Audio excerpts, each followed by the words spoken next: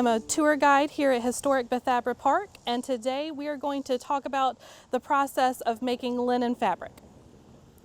To start off with, we have to grow flax plants. They grow out in the field. They were a field crop grown outside the city. Flax grows to about waist height, a pretty green plant with blue flowers. About 2 weeks after the flowers have died off, the plant is ready to be pulled from the ground for processing. You don't have to cut flax. It has very shallow roots, so you can pull it right out of the ground. And then the next step is to let it ret or rot. So you can do it two different ways. The first way is to lay the flax out in rows in an empty field. You let it lay for several weeks so that the dew gets it wet in the morning and then the sun gets it nice and hot in the afternoon. Or you can tie it together in a bundle, tie it with a rock, and sink that into a stream or river for a few weeks and let the water flow over it. This moisture helps to break apart the cellulose in the plant, which after you've dried it out allows them to be broken apart to get the fibers out of the inside. You don't want to pull up all of your flax right away though. You want to leave some of it so that it still has seeds for next year. The stems have pretty little seed pods on the end where the flowers had bloomed. You want to let about a third of your field go to seed so that you'll have seed to replant next year. What we can do with this is use a comb like we have here in the bucket. That'll pull the seed pods off of the stalks. We can save all those seed pods to replant, and it leaves us with some flax that can maybe be processed, but probably only for rope. It wouldn't make good linen fabric.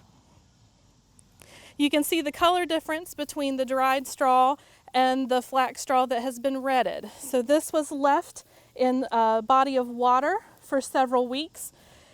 That allowed it to go through the retting process, and it's since been laid out and dried, and now it's ready to be broken apart. So the first tool we're going to use is called a Flax Break. It comes into two pieces. These are nice beveled edges on the inside. These are blunt here, and this will kind of crack the stalk into pieces. That will allow the fibers that grow just under the outside shell of the plant to be released and break apart the inside stem.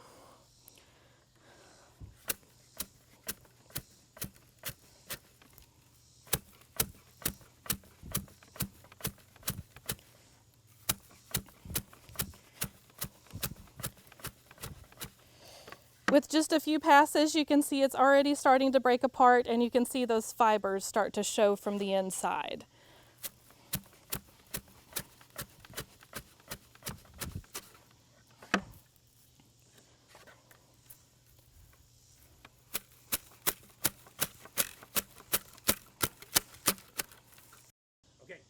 Now that we've finished breaking the flax, we still have little bits of the chaff, the inside stem, stuck in with the nice fiber. So what we're going to use is the scutching board and a scutching knife. This will allow us to knock the chaff away from the fibers so that we're ready to comb it out.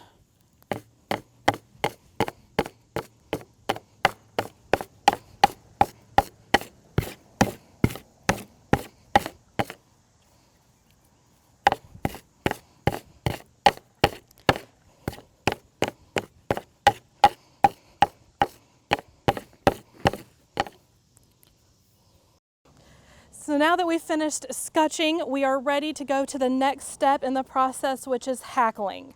Hackles are sharp spikes. These are handmade nails that stick up through a board that we'll use like a comb. We'll start with a more coarse set. These are set about 1/2 inch apart. They're larger nails and they're not as sharp on the end.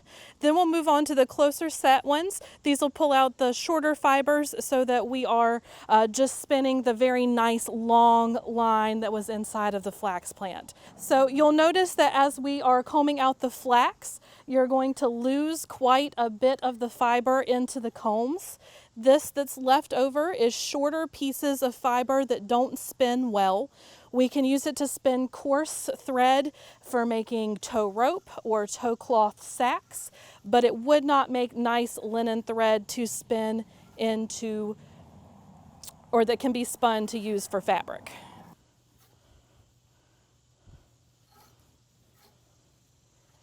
So now that we're finished with the coarser set, We will go on to the finer set.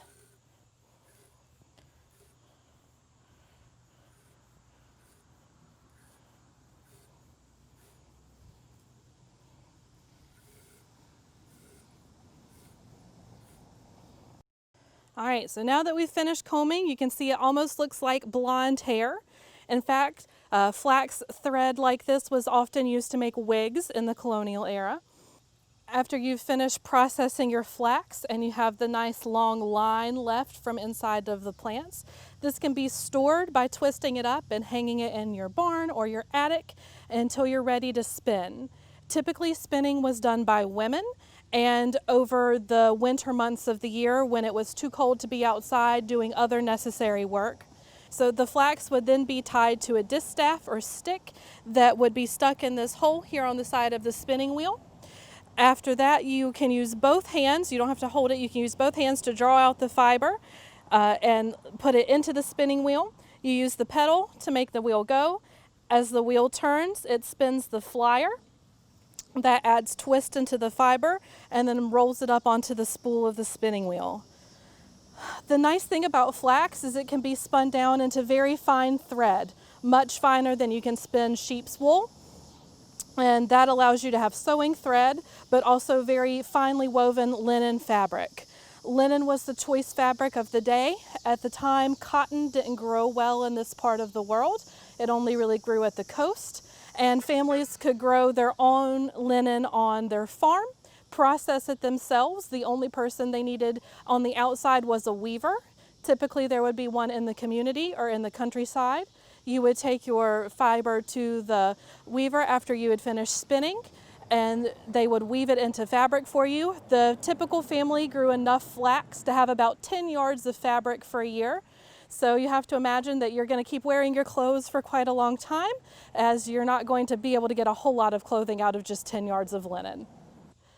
Thank you for joining us for this part of our demonstration today. We hope that when the park is all open back up that you will come join us for an in-person tour.